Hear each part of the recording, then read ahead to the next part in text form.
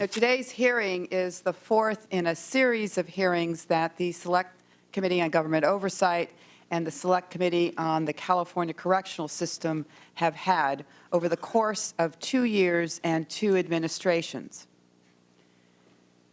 We'd now like to invite Secretary Hickman to come forward. Roderick Hickman was appointed by Governor Schwarzenegger just 2 months before these hearings. He oversees California's entire correctional system. This morning and tomorrow, you will hear testimony from several witnesses relative to their observations of shortcomings of the investigative process within the Department of Corrections. I want to commend them for their courage to come forward to give us their perspective.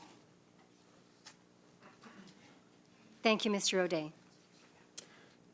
In an incident like that, your adrenaline is just pumping, and you're thinking in your mind, what are you going to do? So the first thing I started using was pepper spray to try to put inmates down, which was very effective. It put down probably 6, 7 inmates at one shot. Once that was exhausted, I used my baton. I took down a couple of inmates with a baton. And then it was a matter of trying to secure the yard. At what point did you suffer your injury? Like I said, with adrenaline, I have no idea.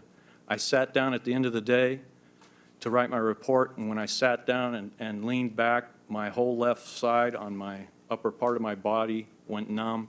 I was having like electric jolts going down my left arm. Some point in time, I herniated a disc in the incident. I therefore had to have surgery. They fused 2 of my vertebrae together. My doctors would not clear me for full duty. I don't know what else to say about it, except I miss the heck out of my job. And I'll never be back there again. It really kind of upsets me. I physical labored, operating equipment, driving trucks. I was really in an outdoor construction type career all my life until the hours and the amount of days that I've worked just was taking its toll on me. And again, like I said, I just couldn't believe somebody could make a living working 8 hours a day, and therefore I signed up to become a correctional officer. It was one of the best things I'd ever done. I loved the people that I worked with. I am still very proud to call myself a retired correctional officer. 99% of those people are excellent people to work with, just very ethical and hardworking people, and they put their neck on the line every day. And I have a ton of respect for those people, and I miss them. And the unfortunate part is a lot of them probably will think I'm just a big rat, is the term. All right, our next witness is Yvette Piper, who is the widow of Custody Captain Doug Piper. After the riot, when he questioned and suggested, should we put the yard down, and Mr. Bunnell, I guess it was, said, no, not yet. What happened after that created the anxiety in him? How was he being treated at the prison? I think at first it started deep within himself. He questioned himself as to why he didn't. He knew immediately that there was a problem because it was obvious on the video that those inmates were getting ready to riot. I think what he did immediately, his feeling inside was that he could have stopped it. In essence, he couldn't have. He asked his superior told him no. The kind of man Doug was, he was the custody captain. He's responsible for that yard. I think part of Doug felt responsible.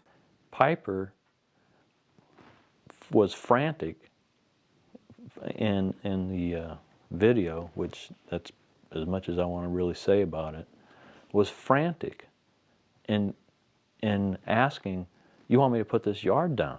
He's asking this of Bunnell. And Bunnell says, not yet.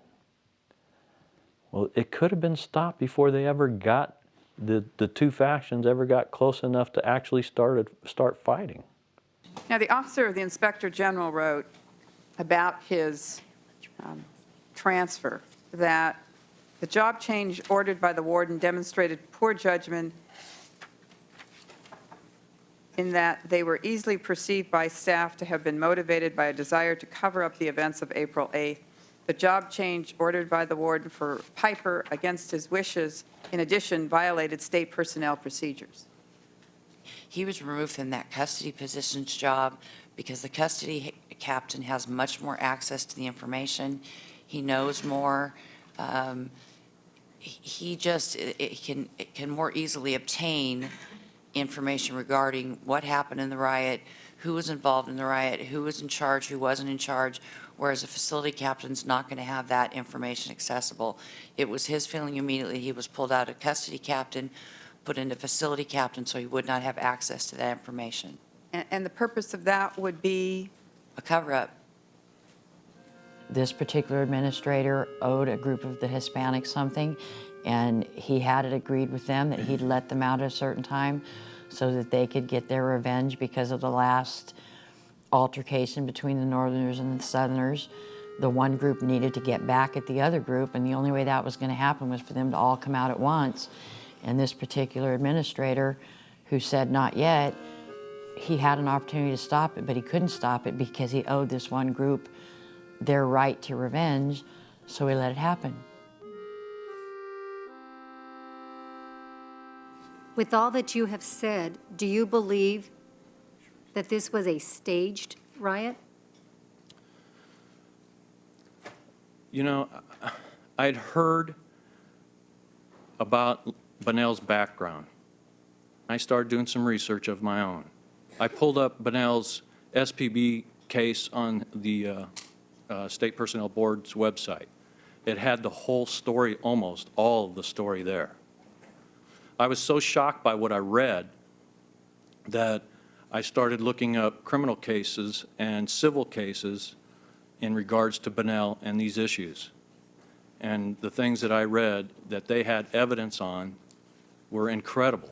Right now, I mean, in my estimation, I mean, the Mexican Mafia is the largest, most prominent organized crime group in the state of California.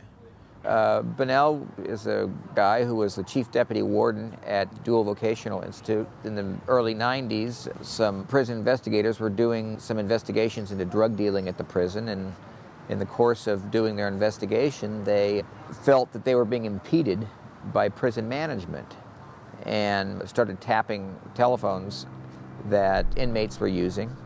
And these telephone taps turned up some conversations where Bunnell, who was the chief deputy warden at the prison, was engaging in very familiar conversations with prisoners, you know, like hey, my hero, and just very familiar, friendly conversations.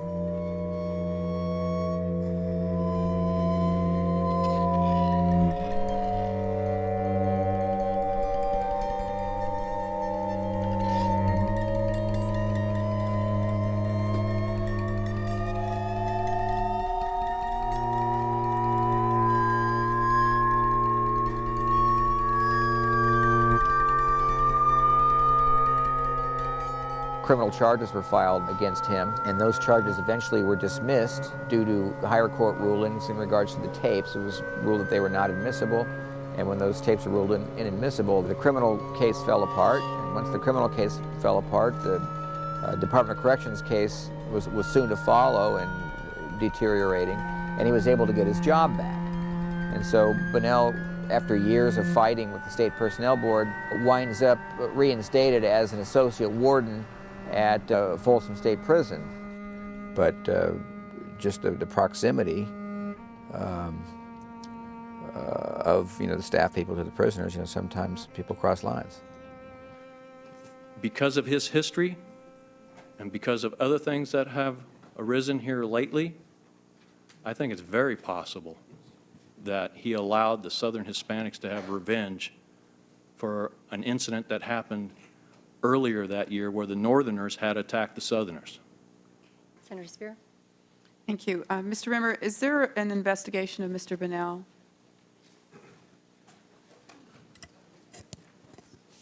I would fully expect that the issues that Mr. O'Day spoke to would be included in the investigation that I've ordered out at Folsom. Right.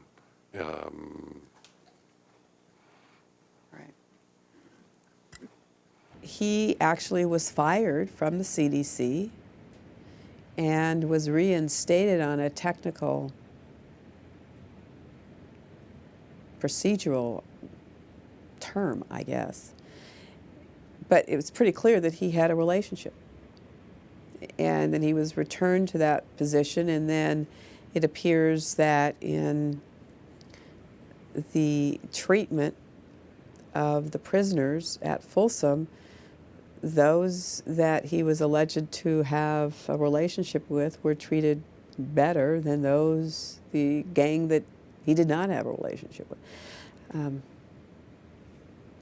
mean, it's never, ever been clearly resolved in my mind, one way or the other. At the point that staff are no longer in control and staff yield, administrators yield to the wishes of the gang, then the prison system is no longer serving the public well. At that point, we might as well be operating little gang kingdoms. You know, when you look at the fact that California has 165,000 adult prisoners and you know, probably 55,000 employees, I mean, I don't believe that the prison gangs have a sway over employees. I think there are times when people get influenced in many ways into criminal or illicit behavior. I don't think that's the majority of the staff that work in California prisons. I think the majority of the staff that work in California prisons go to work every day, have a family they're trying to serve, and they have a public they're trying to serve. They do a great job in a very difficult circumstances. Do you solemnly swear or affirm that the testimony you're about to give shall be the truth, the whole truth, and nothing but the truth? Yes, I do, and it always has been. Thank you. I want to report the following felonies of staff that have been involved in this atrocity and cover-up, and I would like to list them in order. Penal Code Section 118.1, a false report filed by a peace officer. Significance there is Captain Oliver F. Acuna, first-level reviewer of the use of force review, which was a clear conflict of interest based on his involvement at Folsom State Prison. Second, Penal Code Section 126, perjury. Third, Penal Code Section 129. I knew the stress that he was under. I mean, there were people in that audience that he was going to make serious allegations against. Penal Code Section 141B, planting, altering, or concealing physical evidence, a misdemeanor for the general public, a felony for a peace officer. Captain Oliver F. Acuna was directed by Acting Warden Bunnell on the day of this riot to submit a document. That document was intentionally withheld, I believe, through a conspiracy of the warden, Diana K. Butler, Mike Bunnell, and Oliver F. Acuna from 3 separate official investigations conducted by the Department of Corrections. Additionally, I move that this panel collaborate with federal officials and charge all CDC administrators that have had knowledge of this and did not act with federal obstruction of justice.